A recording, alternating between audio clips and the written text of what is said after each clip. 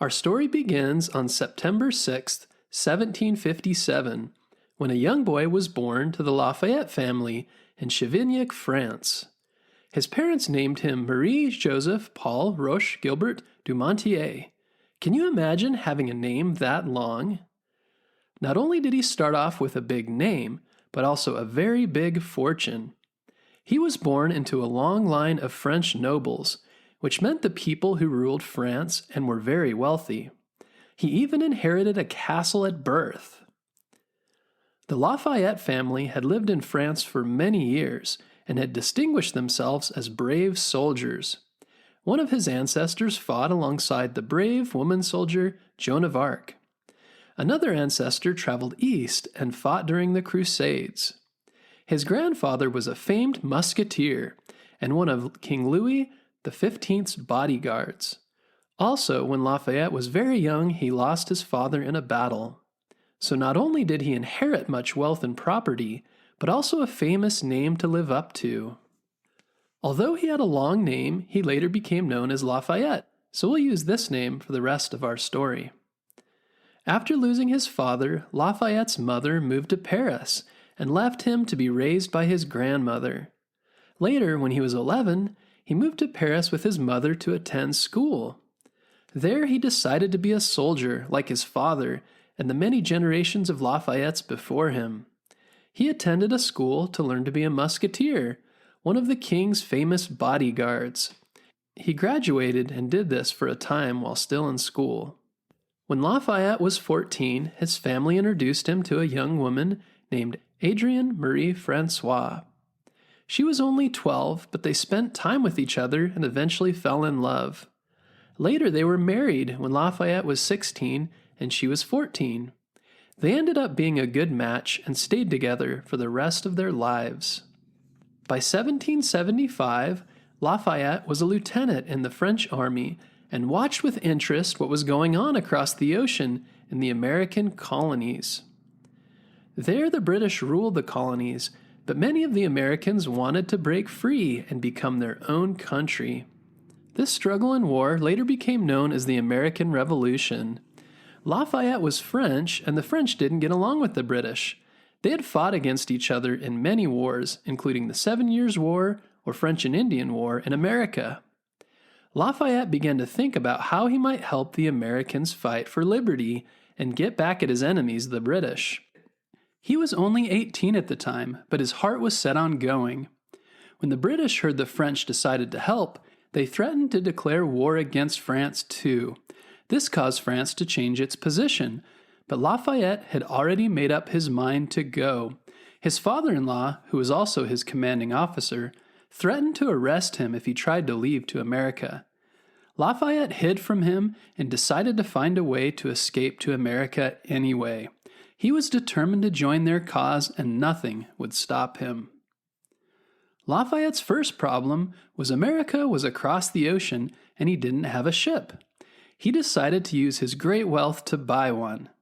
Then he and his friends boarded his ship and sailed for 2 months to America. In Philadelphia, Lafayette met General George Washington of America's Continental Army. They ate dinner together and became good friends right away. Lafayette joined George Washington's staff and in many ways became the father he never had. In September 1777, Lafayette fought in his first battle, the Battle of Brandywine. While rallying the troops to attack, he was hit in the leg and wounded, but continued to rally the soldiers to hold off the British advances.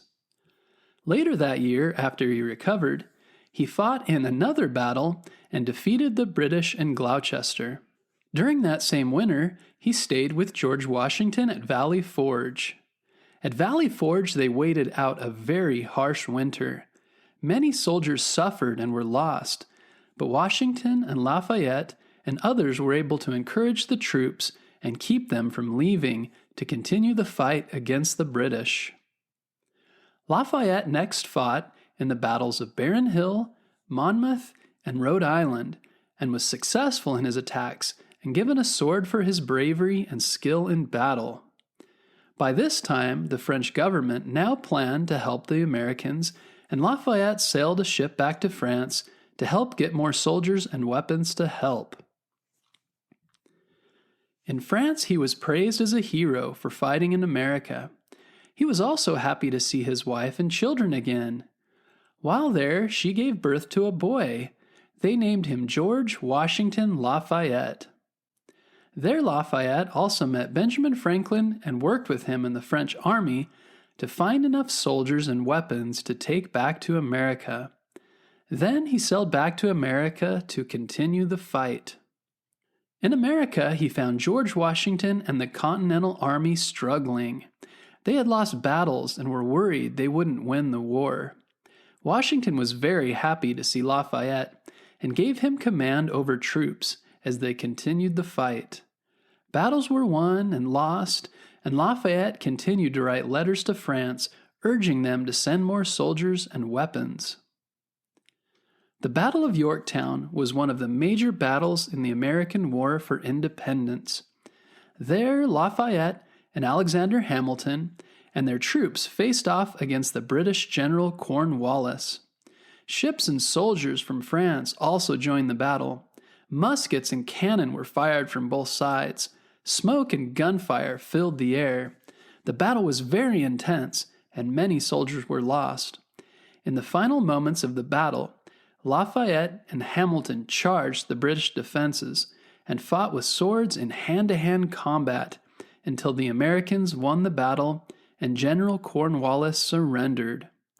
The war wasn't completely over yet, but the final major land battle had been won, and America was on its way to freedom as a nation.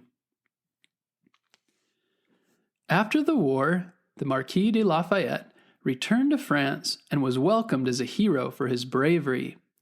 There he joined the abolitionists in their struggle against slavery. He believed all people should be treated equal, regardless of the color of their skin. He even wrote a letter to George Washington encouraging him to liberate his own slaves. Lafayette spent the rest of his life in France, dealing with its own revolution, but being a noble, he worked to find ways that the common people and the monarchy, the king, could work toward a better country. He lived through the French Revolution and later the rule of the general and dictator Napoleon Bonaparte. He spent the later part of his life running his own farm, far away from city and government life, much like his hero and father figure, George Washington. When Lafayette was 67, he made his final visit to the United States. There he visited the grave of George Washington and spent time with Thomas Jefferson, who was now 81. He spoke to Congress and once again toured the states where he was welcomed as a hero. While at Bunker Hill, one of the battle sites of the War of Independence, he asked his son to gather up a scoop of dirt.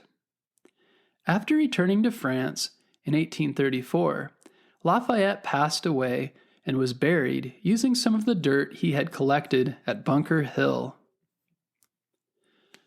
Spend some time thinking about what it might have been like to be Lafayette.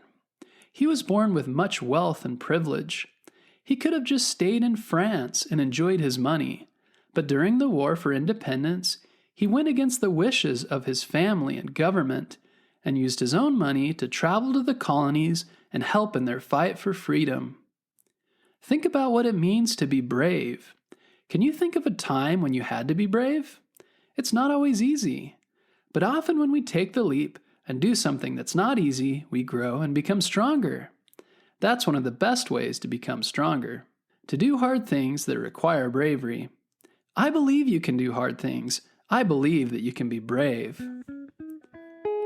Thanks for listening to this episode about the Marquis de Lafayette. If you liked it, be sure to tell your friends about it or share what you learned with someone else. Thanks for being such an awesome fan of bedtime history, and be sure to tune in next Monday for a new episode.